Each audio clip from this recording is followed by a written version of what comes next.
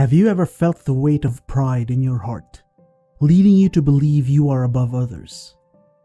Have you found yourself seeking recognition and applause for your achievements, forgetting to acknowledge the one who bestowed them upon you? In the pursuit of greatness, have you overlooked the essence of true humility, the kind that Jesus Christ exemplified? The pages of the Bible hold timeless wisdom and warnings about the dangers of pride. From Proverbs to Isaiah, God's word cautions us against the arrogance that can lead to a fall. Are you ready to explore the great power of biblical humility, learning to serve others and putting Jesus Christ first? Let us delve into the scripture to uncover the true essence of humility and discover the blueprint set by the humble servant, Jesus Christ. Together, we shall cast aside pride and embrace a life that brings glory to God through selfless service. Today, we will dive into Colossians chapter 3, verses 5 and 6, where the Word of God states, "Put to death, therefore, what is earthly in you: sexual immorality, impurity, passion, evil desire, and covetousness, which is idolatry.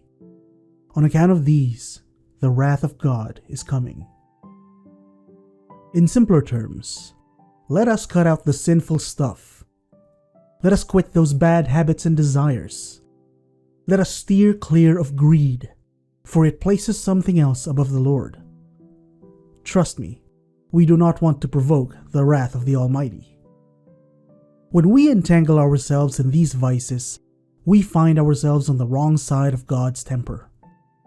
Disobedience comes with severe consequences.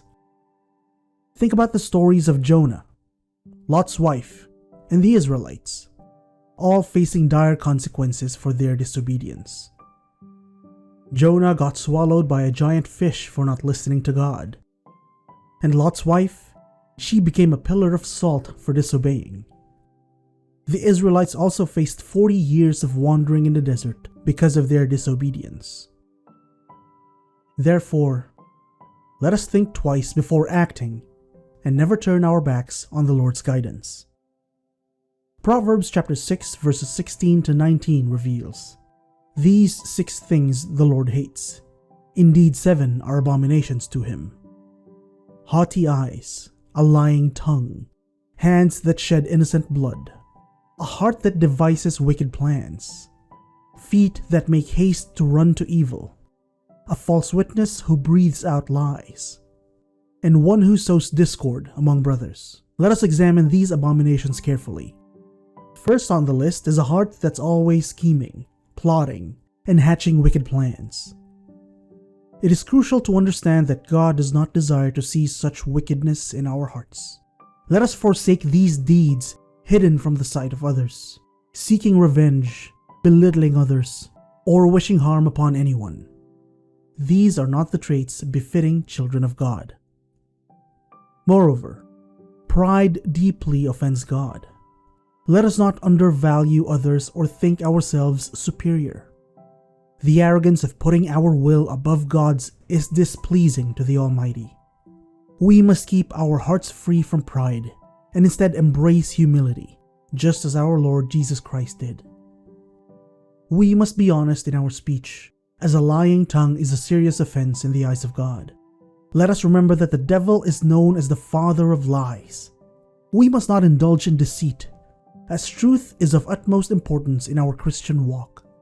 Let us be devoted to the truth, for Jesus himself is the way, the truth, and the life. Additionally, let us avoid sowing discord, rumors, and harmful gossip among our brothers and sisters in Christ.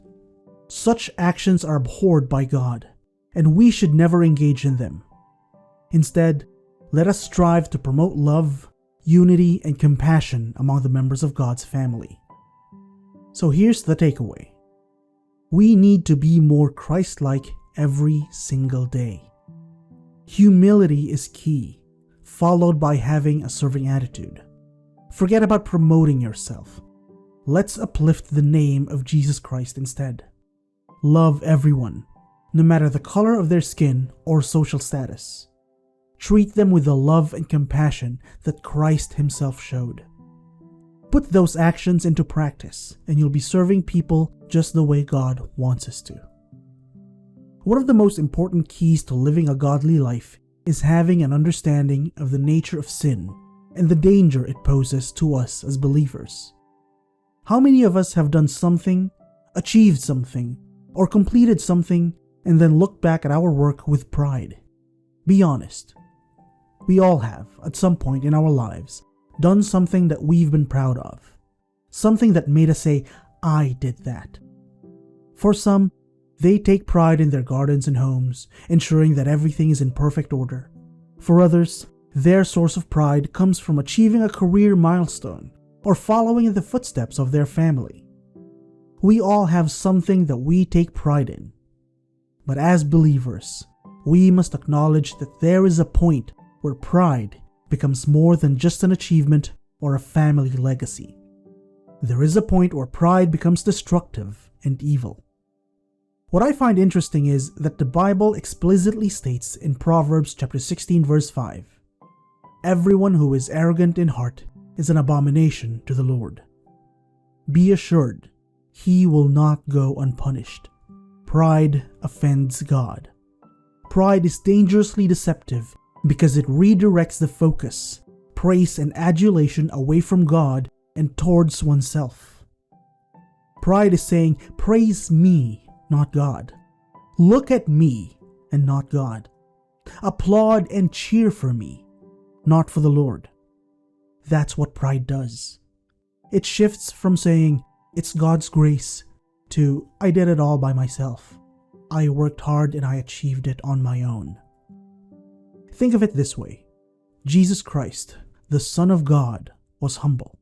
Philippians chapter 2 verse 5 to 7 says, "Have this mind among yourselves, which is yours in Christ Jesus, who, though he was in the form of God, did not count equality with God a thing to be grasped, but emptied himself, by taking the form of a servant, being born in the likeness of men." Jesus Christ willingly relinquished his divine privileges and took on the humble position of being born as a human being so that we could be saved. Jesus demonstrated true humility.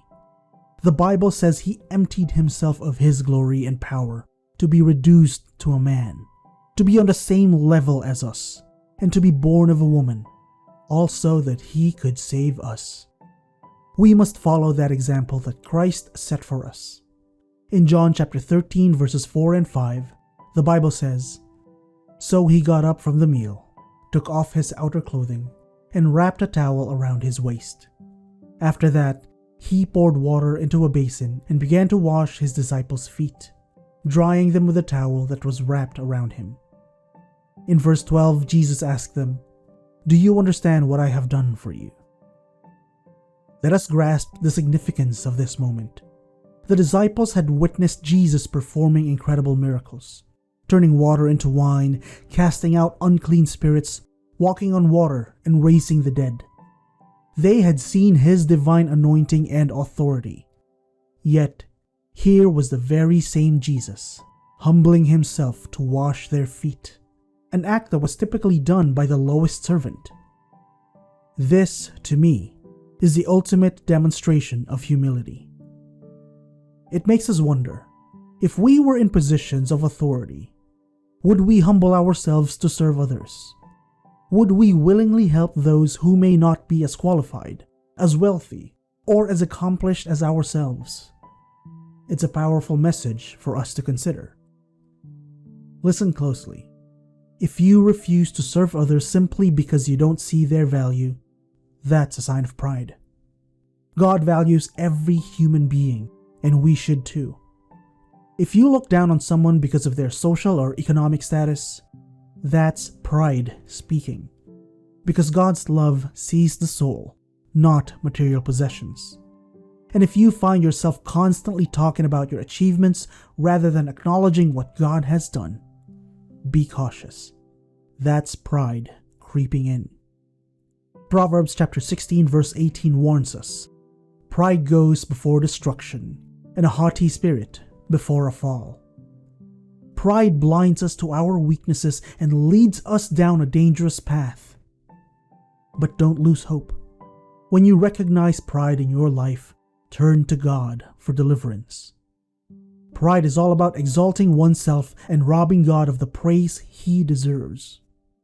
Remember, those who exalt themselves will ultimately be humbled.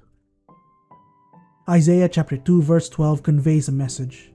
For the Lord of hosts has a day against all that is proud and lofty, against all that is lifted up, and it shall be brought low. Waiting for God to humble us can be a painful experience. Therefore, the wise approach is to put Jesus Christ first and embrace true humility.